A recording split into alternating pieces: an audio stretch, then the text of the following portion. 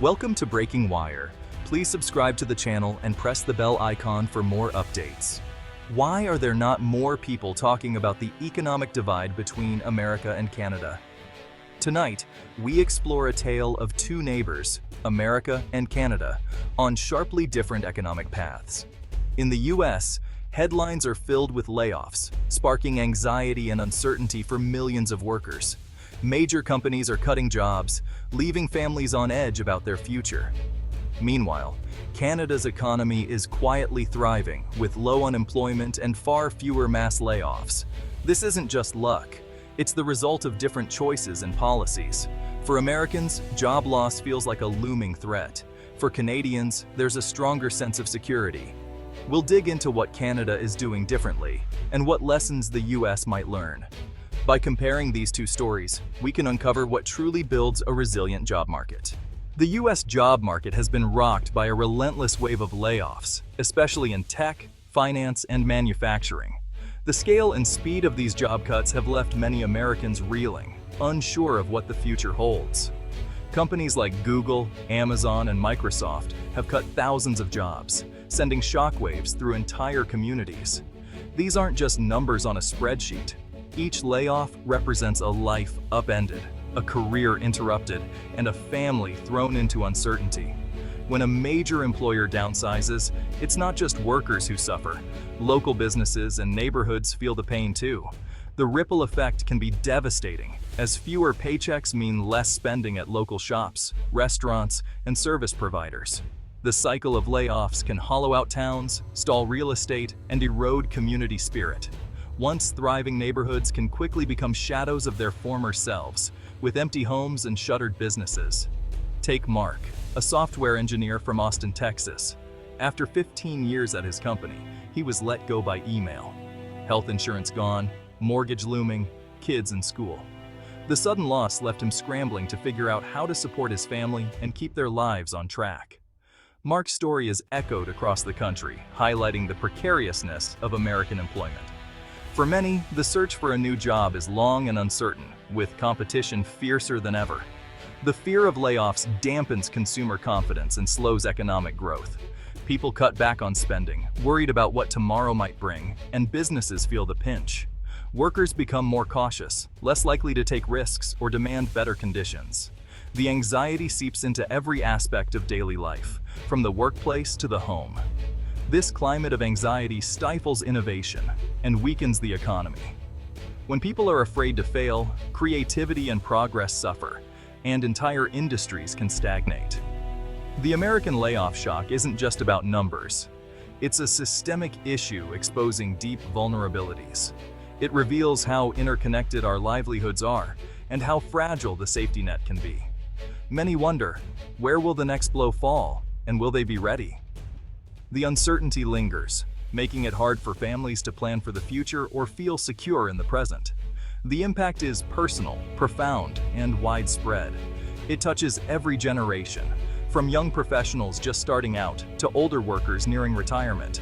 It's a reminder that behind every layoff statistic is a family facing real hardship, struggling to hold on to hope and stability in uncertain times.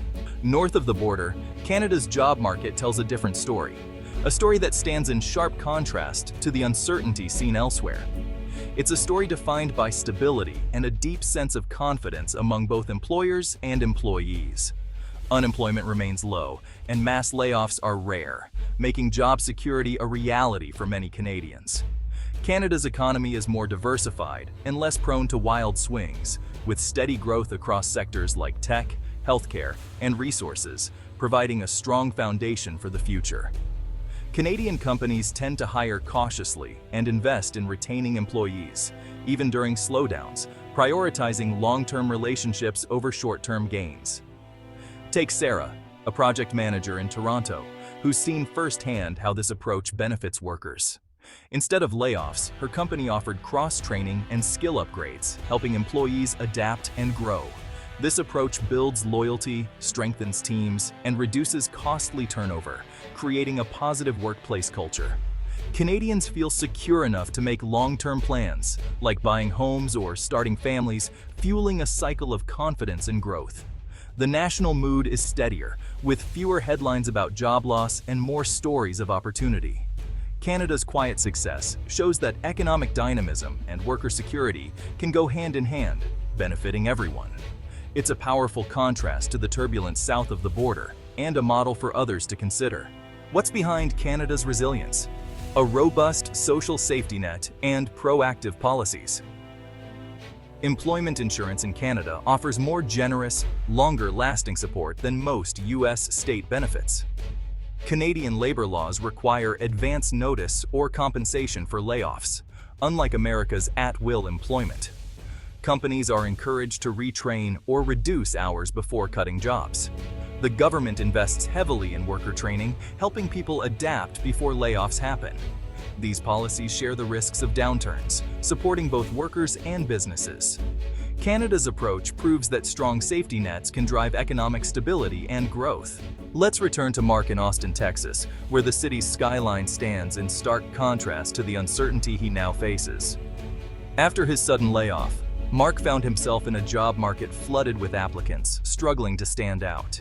His severance was minimal, barely enough to cover a few weeks of expenses, while the bills kept piling up relentlessly. The mounting stress forced Mark to dip into his hard-earned retirement savings, a move he never thought he'd have to make. Every day, the future for his family felt more uncertain, and the weight of responsibility grew heavier. Mark's experience is all too common in America, navigating a personal crisis with little support, often feeling alone in the struggle. Now meet David, an auto technician living in Windsor, Ontario, just across the border in Canada. When his plant slowed down due to economic shifts, David was able to join a government-backed work-sharing program. He worked part-time, received employment insurance to cover his lost hours, and crucially, kept both his job and his benefits throughout the downturn. The program not only preserved his income and dignity, but also gave him access to company-sponsored skills training during the slowdown, helping him grow professionally. When production ramped up again, David returned to full-time work, feeling valued, secure, and better prepared for the future. Mark's story is one of anxiety and isolation, while David's is about resilience, community, and support in times of need. The difference? In Canada, there's a system designed to catch workers before they fall, offering a real safety net. These stories show how policy choices, made far from the factory floor or kitchen table, shape real lives in profound ways. In Canada, the safety net acts as a springboard, helping people bounce back. In the US, it often feels like walking a tightrope, with little room for error. The emotional and financial toll on families is starkly different, affecting not just wallets, but well-being and hope for the future. Supportive policies don't just save jobs, they save families, futures, and the sense of security that everyone deserves. The contrast couldn't be clearer, and the stakes couldn't be higher for workers on both sides of the border. Why does Canada's approach work?